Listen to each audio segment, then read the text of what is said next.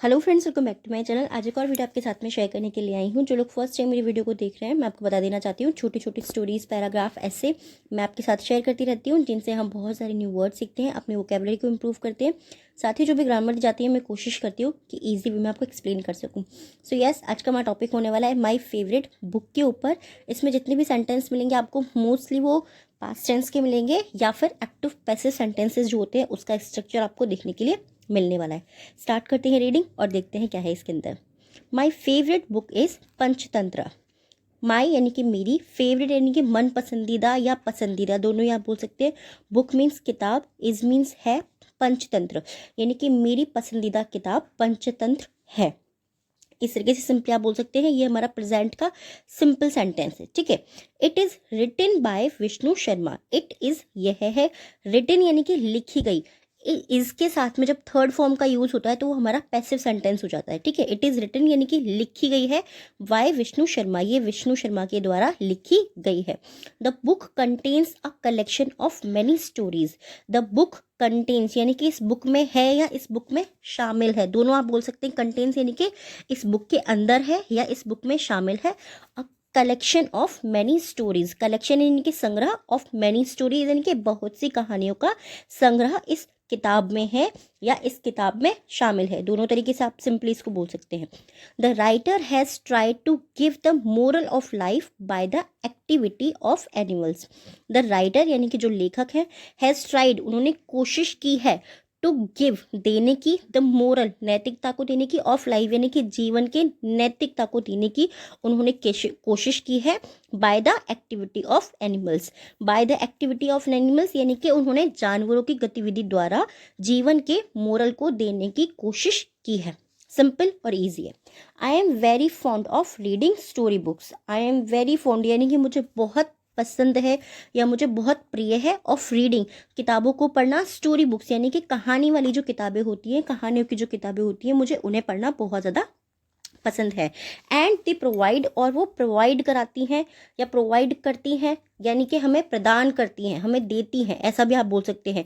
मी यानी कि मुझे, with different type of stories, और वो मुझे विभिन्न प्रकार की, डिफरेंट यानी कि विभिन्न प्रकार की स्टोरीज को, कहानियों को देती हैं।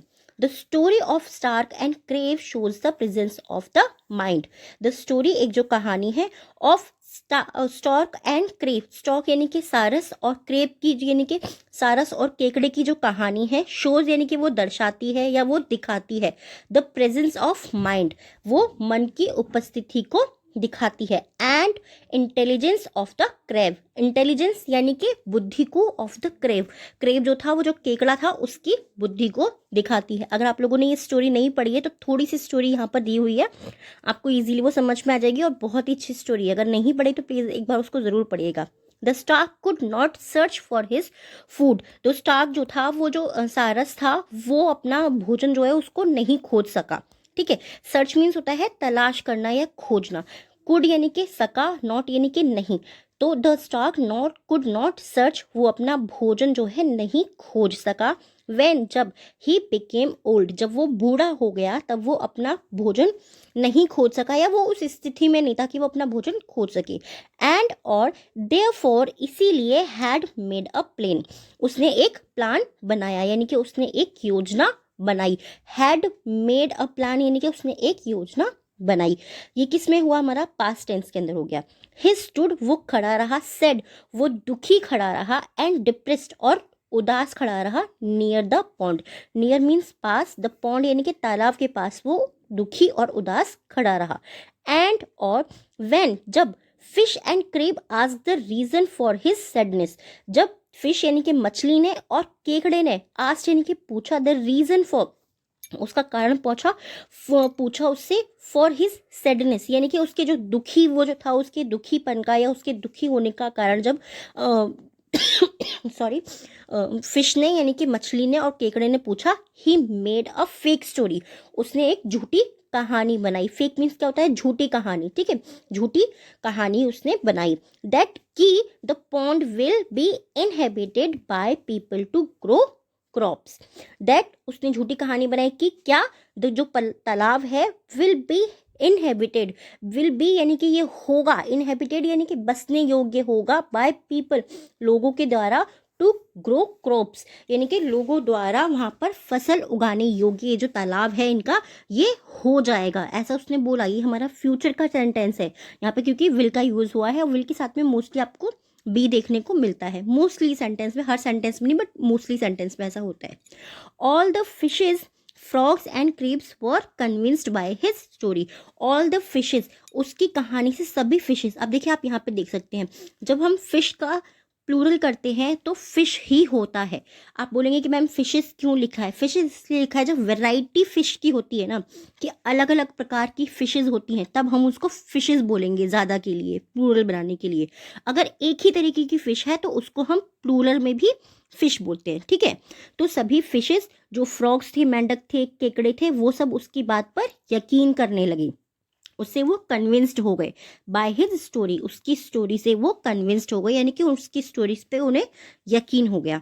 लेटर, बाद में, when it was the chance, जब मौका था, when it was the chance, जब मौका था, ऑफ क्रेब यानी कि केकड़े को, टू बी किल्ड, किल्ड यानी कि मारने का, and eaten by the stork, और खाने का, बाय द स्टॉक यानी कि सारस के द्वारा खाने का। जब मौका आया सारस के द्वारा केकड़े को मारने का और खाने का, the situation was reversed, the situation यानी कि जो स्थिति थी वाज रिवर्स्ड, वो बदल गई या फिर वो पलट गई। रिवर्स मतलब क्या होता है? बदल जाना, पलट जाना या उलट जाना, ठीक है। जो भी आप वर्ड यूज़ करते हैं कि मैंने इसको पलट के पहना है, मैंने इसको उलट के पहना है, काफ़ी सारे लोग बोलते हैं ना उस तरीके से, तो वही जो वो स्थिति थी वो पलट गई यानी कि वो उलट गई। Crane used his intelligence, crab जो था, केकड़ा जो था, उसने यूज्ड यानी कि उसने उपयोग किया, हिज इंटेलिजेंस, उसने अपनी बुद्धि का उपयोग किया, एंड और could gas the real motive of the stock. Could यानी कि सका, गैस यानी कि वो अनुमान लगा सका, द रियल मोटिव, जो सच्चा मोटिव था यानी कि सच्चा जो मकसद था, जो असली मकसद था, ऑफ द स्टॉक्स यानी कि जो सारस था उसका जो असली मकसद था वो उसका पता लगा सका। किस चीज़ से? अपनी बुद्धि से वो उसके असली मकसद का पता लगा सका। He escaped by killing the stork, he escaped वो बच निकला, बाय किलिंग यानी कि मरने से, द स्टॉक वो सारस द्वारा मरने से बच निकला।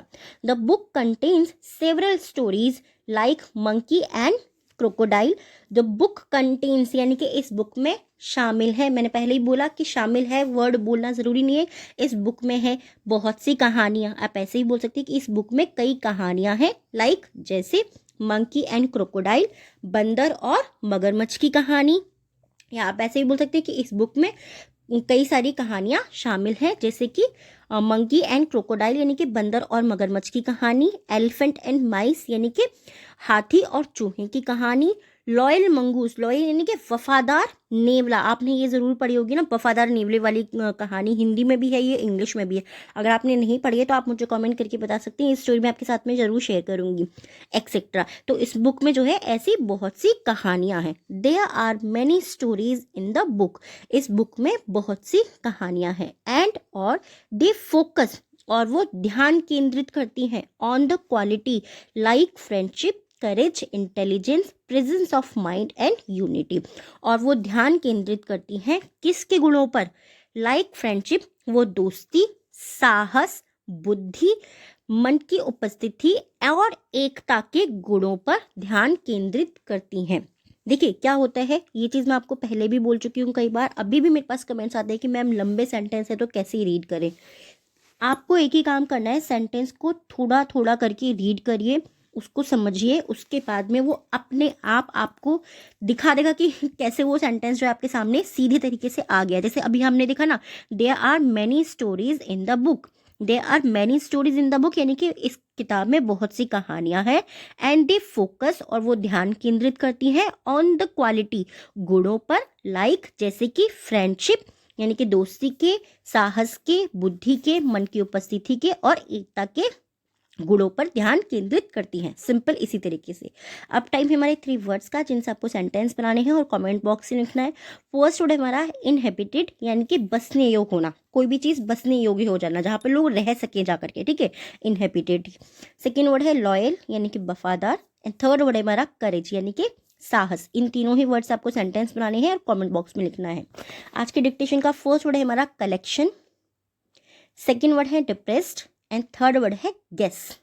इन तीनों वर्ड को भी आपको कमेंट बॉक्स में लिखना है। ये स्टोरी कैसी लगी है, टॉपिक कैसा लगा है, प्लीज़ कमेंट में ज़रूर बताइएगा। कोई और स्टोरी है ऐसी जो आप चाहते हैं कि आप अपने फ्रेंड्स के साथ में शेयर करें, वो भी आप मुझे कमेंट करके बता सकते हैं। Thanks for your watching.